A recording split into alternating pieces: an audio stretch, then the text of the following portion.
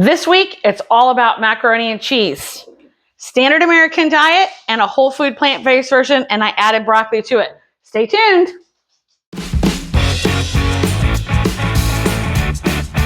Hi, welcome back to One Dish, Two Ways. Today, it's all about macaroni and cheese.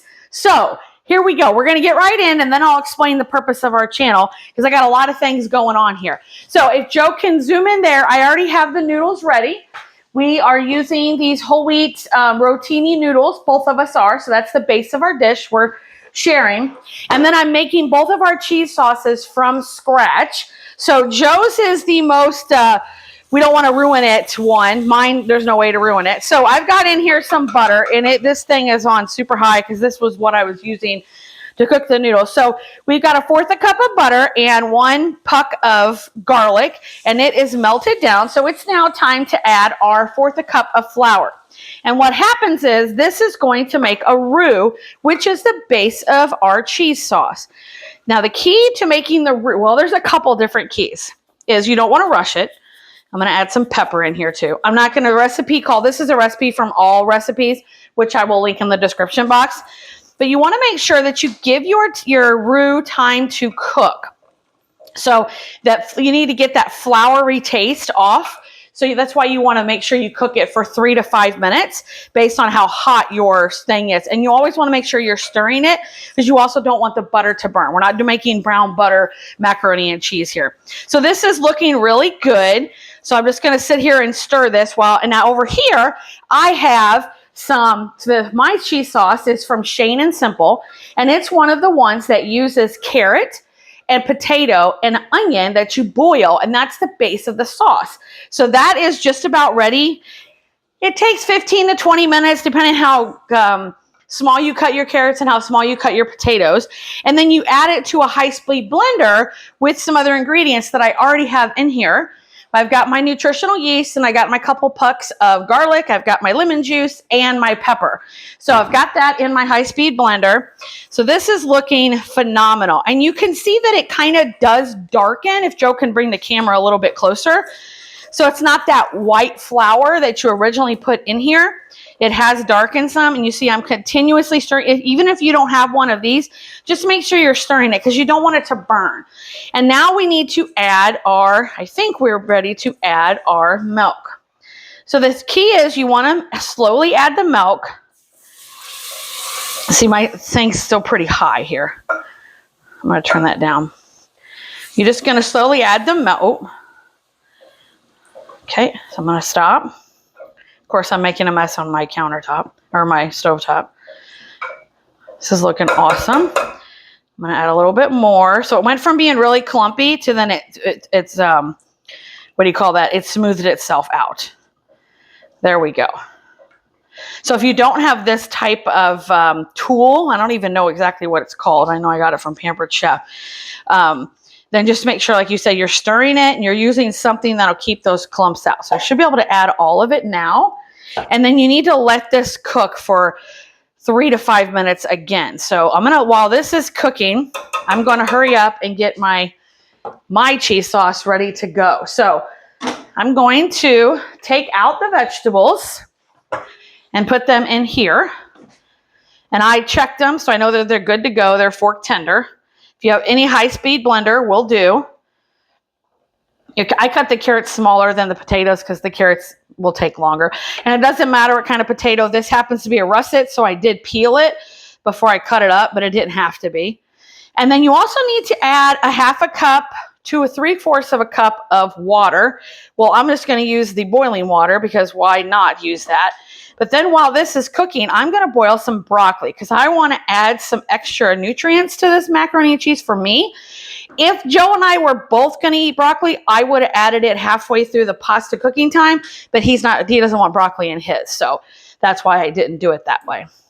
So just about got all the veggies out here. Perfect. One more carrot. It's fleeing me. There we go. And now I've got my 1/2 cup. Well, I'm going to put broccoli in there. What? Put my 1/2 cup of water. That was a little bit less than half a cup, so I'm going to add just a little bit more. Okay. I'm going to add my broccoli. Get that going. Okay. Now, if you had picky eaters, cut it smaller. I would definitely recommend that. The other thing I would recommend if you had picky eaters is you could always put it in the sauce, make it green sauce, maybe make something fun out of that. Like, oh, we're having like Munster sauce or something. That might, you know, get them to eat the broccoli, and then you would have it in this mixture when you make the sauce. So this is looking really good. It's starting to thicken up, which is what we want. We want it to be starting to thicken before we add the cheese to it. And I turned this down because I said this was way too hot. So I'm going to take this over to the high-speed blender and get this blended up. Now the recipe does say if you need more water to add a little bit more. Since the broccoli is now going, I would have to add just regular hot water from the tap, which is fine. So let me get that going. I'll be right back. Okay, so this is done. Let me get a spoon. It's heavy, heavy, heavy. So this cheese sauce is done. It blended for about a minute and 15 seconds. You see how smooth and creamy that and dreamy that is. Okay, so I'm going to put this off to the side for the moment. And we're going to go back to Joe's sauce. So if he will zoom in, you will see this almost looks like gravy now. It's nice and smooth. That's what it is, basically. Yes. Milk gravy. And now we're going to add the cheese to it, and then it will start to melt. This is sharp cheddar. 2 cups is what she said. She also said in the recipe that you could technically use a little bit more than that. So it's kind of whatever you want to do. But I just stuck with the 2 cups, and I just grated it just now. So I didn't have any. If you get the pre-grated stuff, sometimes it has like something on it to keep it from sticking together. Now look at that. See how nicely it's melting? So I'm going to take this off now because we definitely have, I don't need that kind of spoon anymore. I just need a regular spoon at this point.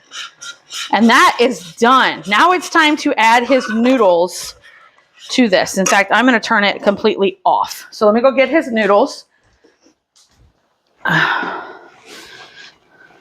Whew, noodles are hot still. Okay. So the recipe was 4 ounces for both of us of the dry noodles. So, wow. Look at that, Joe. That's like restaurant quality there, dude. Okay, I'm going to take a few more for him because I kind of want mine to be 50-50 broccoli and 50-50 half broccoli, half noodles. Okay, Joe's is done. Now, just like with other cheese sauces and other things that I've made before, my tip to you is this. He's not going to eat all this tonight. Some of this is for a lunch later on. So he might need to add some milk because it's going to thicken the longer it's on. You see, I turned it off. Whatever little bit of cheese had not melted, the residual heat from all of this, the noodles are still hot. It's going to be good to go. So I'm not going to do anything. If you cover this with a lid, which my lid I think is in the sink, you're going to get condensation on the lid, which is then going to add condensation to the sauce you might not want. It just depends. If it's too thick, you're going to want it. This is perfect in my opinion right now. So that's why I don't want to do that. And he's going to be the only one eating. If we were like having a bunch of people over, that would be something different. So let's check my broccoli and see how it's doing. It's probably almost done. We want it to be nice and tender. Whoop. So I can fork tender it. It's nice and green. So that's good to go. So I'm going to actually dump the broccoli over top these noodles so that hot water, these are not cold, but it will get them hotter, and that will drain the broccoli, and then I'm going to put it back in the pot and add my cheese sauce to it. So let me go do that right now. Woo! That's hot.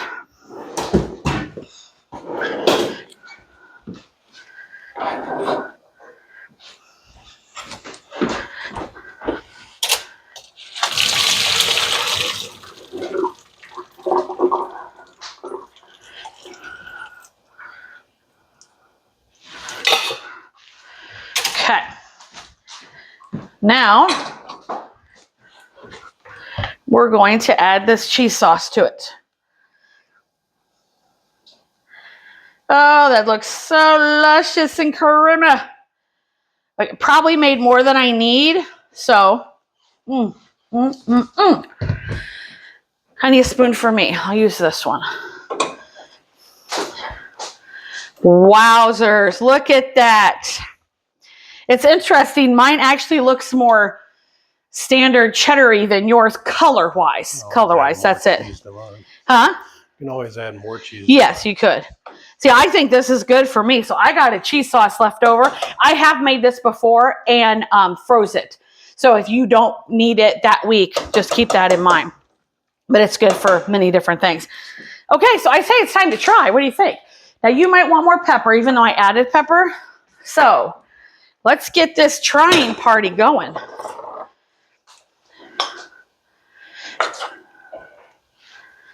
Okay, here's Joe's.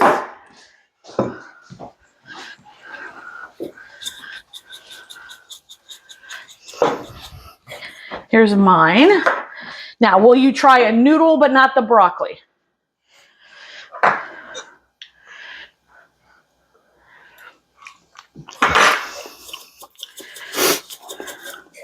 Creamy, right? It is. But it's not cheesy because it's not cheese. I mean, obviously, it's not going to taste like a normal cheese sauce because it's not, but it's not. For somebody who really, like for health reasons or whatever, had to substitute to make it more healthy, it's not the worst thing in the world you could eat, by no means. Now, you want to spice it up? Add a can of green chilies. How's yours? Good. Just as good as any restaurant. Put it on a smoker, boy, you'd have some good macaroni cheese. And the other thing is, Joe and I were talking about this at lunch when we were deciding how we were going to do this video. We historically haven't done it, and I don't think our parents did a lot either. They usually just made the macaroni and cheese on the stove. Some people bake it. So you could take those dishes, put them in a baking dish, bake them. A lot of times, don't they put like the Ritz cracker crumbs on them or something? Some sort of crumb top. Yeah, and I never liked that as a kid. My mom never did that anyway. But when you could bake it and bake it off, that's not a problem. But we're just not doing that today because we're going to have some and then it's going to be left over. So there you go, folks. It's that simple. Macaroni and cheese for both of us. And I never did say I eat a whole food plant-based diet to cure my migraines, which is working. And Joe eats the standard American diet. We show you how to combine them. So if you like that idea, you're getting some good information, hit that like button, hit that subscribe button, and we'll see you next week. Bye-bye.